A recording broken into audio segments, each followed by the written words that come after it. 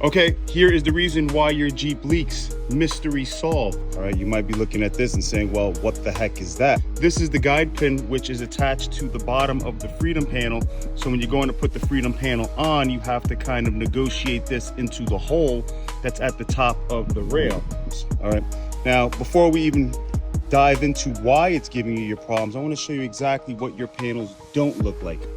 So this freedom panel has been fully adjusted so that it can kick out. All right, and the reason why it kicks out is because this rail that's here, when it rains, it is providing a ton of water, almost like a faucet, directly into the door. Now, once it does that, it's shooting water directly into the door, and you say, well, what the heck does that have to do with the guide pin?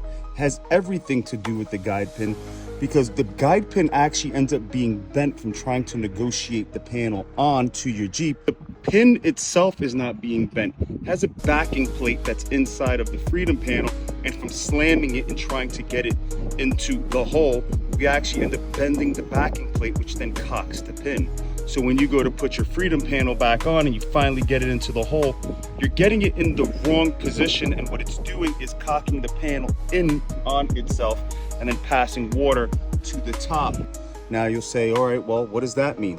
Well, if the panel's kicked in, this rail is also tilted in, shooting water into the top of the door, and that's where all the dreaded leaks are reported from. Everybody's talking about water coming in, it's dripping on the handle and all other areas. But also, once it's feeding into the door itself, it's riding down the entire length of the door and then ending up on your carpet as well.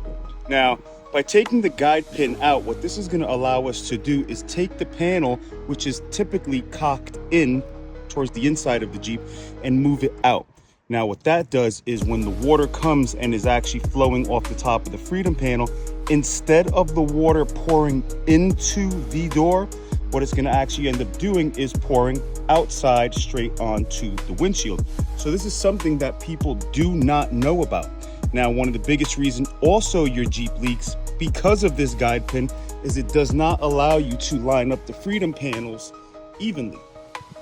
Now, another way to verify your freedom panels in terms of the proper alignment is they have to look exactly like this. All right, so typically every time I see a freedom panel, it's actually set back, and when it's set back, it creates another line, and then water gets in there, and also wind noise, etc. When the panel's actually set forward, what you're going to do is you're going to be blocking all the water that's running into the channel. And if you look at the freedom panel, they are laser straight right at the center. So if your panels do not look like this is another reason why you are getting leaks into your Jeep and also experiencing a ton of wind noise. The panels are set backwards, so what it's doing is allowing water to build up inside this top header seal, and then the water channels over, and now you have the freedom panel pouring water into the door, and then that channel that's inside underneath this freedom panel is actually pouring water inside the door, and whatever rain that is or car wash or anything of that nature is also adding to the amount of water that you're getting into the Jeep. So the freedom panel alignment is super important, and if your freedom panels do not look like this, which I know they don't because you have the guide pin also still installed, then that is creating you a ton of problems. So let's get back to the freedom panel adjustment. Once you remove the guide pin, what you're going to end up doing is just pulling the panel out towards itself or out towards the exterior of the vehicle, and what you'll see is it'll move out, and then once we have it there, we can actually lock it into where it goes. Right now, with the guide pin the way it is, it's actually pushing the panel inside on itself, pushing water into the vehicle. So it's a super easy adjustment you can do, and if you want to know if you have it correct, simply just take a hose or a spray bottle and just pour water down this rail. Once the water is exiting and hitting the windshield and coming out, you have the proper alignment. And like I showed you before, the top of the freedom panels themselves as well will let you know that they're in perfect alignment so that it's super straight. This is the objective. We want the water to pass on the side of the windshield instead of directly into the top of the door. Spacing and gapping is super important on our freedom panels as well too. If you look, I have a nice gap in between the two the rear hardtop and the front hardtop. As you can see, I have a nice space there in between, and that is only created by allowing the panel to slide forward to exactly where it goes. Now moving to the rear of the Freedom panel, you can see my spacing, my gap that I have on these panels is a nice consistent gap. It's very similar to the body gap, which is 5 millimeters. So when we also look at the rear of the Freedom panels, you can see how laser straight they are. So that tells me right now that this Freedom panel is square all the way around, and that's exactly what we want. So the gap needs to be present in the rear, which allows us to slide it forward. Removing the actual guide pin itself allows us to kick it out as well to keep it straight, so that this rail can exit water straight down the windshield, as you can see, rather than pointing inside to the Jeep.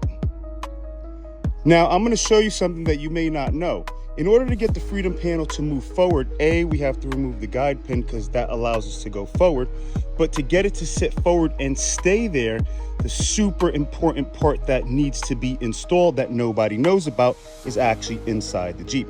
Let's take a look. All right, so let's have ourselves a look-see of the hardware that needs to be present in order to take your panel and slide it forward. So this pin that's here in the back, the wheel that goes into the sound bar, is actually super important. People actually think the job of this is just to suck the panel down and keep it compressed with the rear, which is true, but this here provides a different function.